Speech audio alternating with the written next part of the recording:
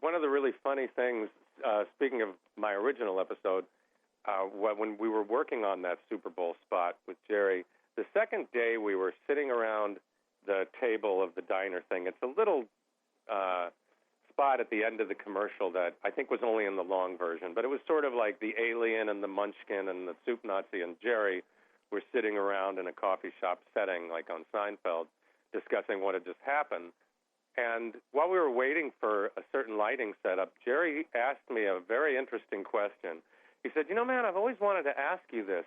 In your episode, in that first scene, the girl behind the register that took the bag away from George, who was she? And I said, Marcia. And he goes, yeah, I don't remember her. And I said, you know why? Because she was an extra.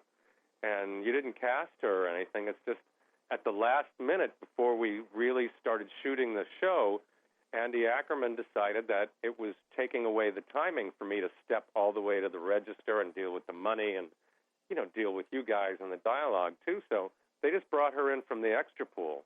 And Jerry goes, man, she was good. And I said, better than good.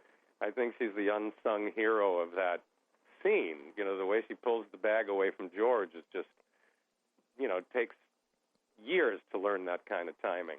And she was great. So it was really fun to be able to tell Jerry a bit of trivia about his own show that he didn't even know.